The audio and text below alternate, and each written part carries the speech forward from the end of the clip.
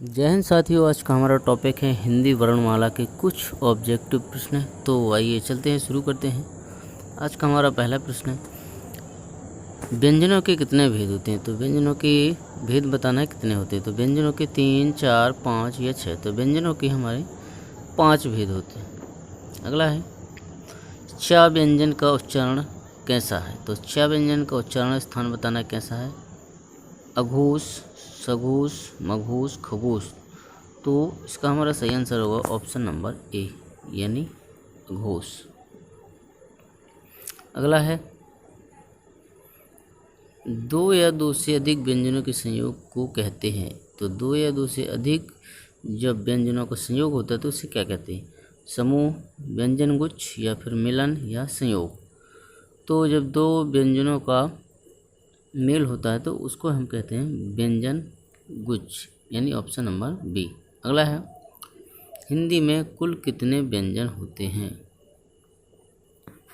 तो बताना है हिंदी में कुल कितने व्यंजन होते हैं? 36, 33, 35 या 34।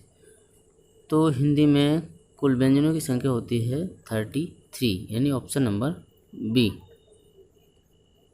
अगला है, धा व्यंजन का उच्चारण स्थान कैसा है? मतलब धा व्यंजन का उच्चारण स्थान क्या है? अघोष है, सघोष है, मघोष या खगोश है। जो धा वर्ण का जो उच्चारण स्थान होता है वो होता है ऑप्शन नंबर ए, यानी सघोष। अगला है, हिंदी वर्णमाला में कितने वर्ण हैं? तो 41 है, 42 है, 43 या 44। तो हिंदी वर्णमाला में 44 वर्ण होते हैं, यानी 44 वर्ण होते हैं। अगला क्वेश्चन हमारा, बोलने में भाव के अनुसार स्वर के होने वाले उतार चढ़ाव, आरोह अवरोह को क्या कहते हैं? अनुतान कहते हैं, संगम कहते हैं, महाप्राण कहते हैं या बालाघात कहते हैं। तो जो बोलने में भाव के अनुसार स्वर के होने वाले उतार चढ़ाव को हम कहते हैं अनुतान, ऑप्शन नंबर ए। अगला है, जिन स्वरों को बोलने में कम समय लगता है भी होते हैं दीर्घ, प्लुप्त, हास्य या सघोष। तो जिन स्वरों को बोलने में कम समय लगता है वो होते हैं हमारे हास्य, यानी छोटे स्वर। अगला है, ओ कैसा स्वर है? हास्य, दीर्घ, लघु या उच्च।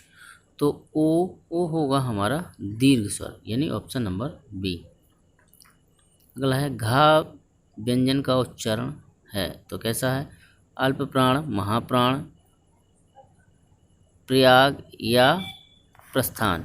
तो जो घा व्यंजन का उच्चारण स्थान होगा वो होगा हमारा ऑप्शन नंबर बी, यानी महाप्राण। अगला है, या कैसा व्यंजन है? तो बताना है या कैसा व्यंजन स्पर्श है, अंतस्थ है, ऊष्म है या संयुक्त है।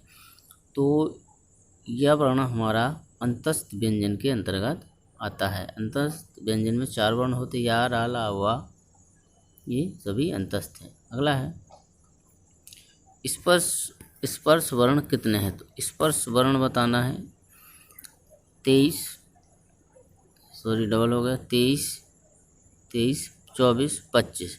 तो स्पर्श वर्णों की संख्या कितनी है? तो वो होती है 25, यानी 25। अगला है,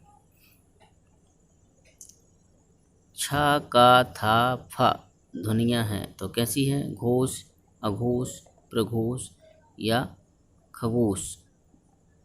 तो छा, का, था, फा कैसी ध्वनियाँ हैं? तो ये हमारी होगी अघोष ध्वनियाँ, ऑप्शन नंबर बी। अगला है, जो व्यंजन दो या दो से अधिक व्यंजनों से मिलकर बनते हैं उन्हें क्या कहते हैं? तो ऑप्शन है व्यंजन समूह, व्यंजन गुच्छ या संयुक्त व्यंजन या वियुक्त व्यंजन। तो जो दो व्यंजनों के मेल से बनते हैं तो उन्हें हम कहते हैं संयुक्त व्यंजन, ऑप्शन नंबर सी।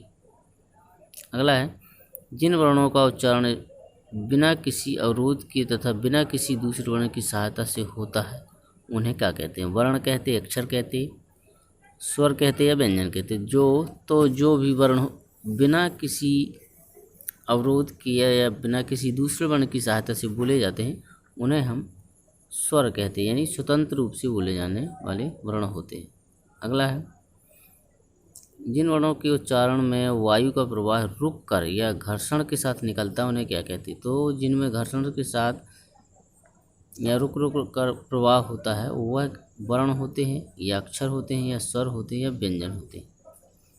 तो वह क्या होते हैं बताना है, और इसका हमारा सही आंसर होगा वह होते हैं व्यंजन, ऑप्शन नंबर डी। अगला है छा कैसा व्यंजन है, तो बताना है स्पर्श, अंतस्थ, ऊष्म या संयुक्त। तो छा है जो हमारा वो होगा हमारा संयुक्त व्यंजन। अगला है जो बिना किसी अन्य वर्ण का आधार लिए बिना नहीं या आधार लिए बिना नहीं बोला जा सकता, तो वो कैसे कैसे होते हैं, अयोग, बाह्य, अनुतान, अल्प प्राण या महाप्राण।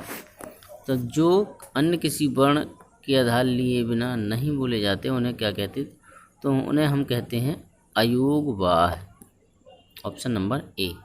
अगला है ऊष्म वर्ण कितने होते हैं, तो ऊष्म वर्णों की संख्या बतानी कितनी होती है, तो ऊष्म वर्णों की संख्या 7, 5, 4 या 3। तो ऊष्म वर्णों की संख्या होती है वो होती है 4, ऑप्शन नंबर सी।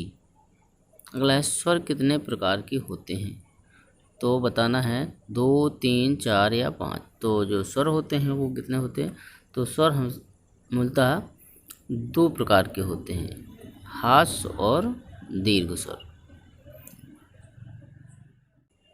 तो मित्रों वीडियो अच्छा लगा हो तो वीडियो को लाइक ज़रूर करें और कमेंट करें।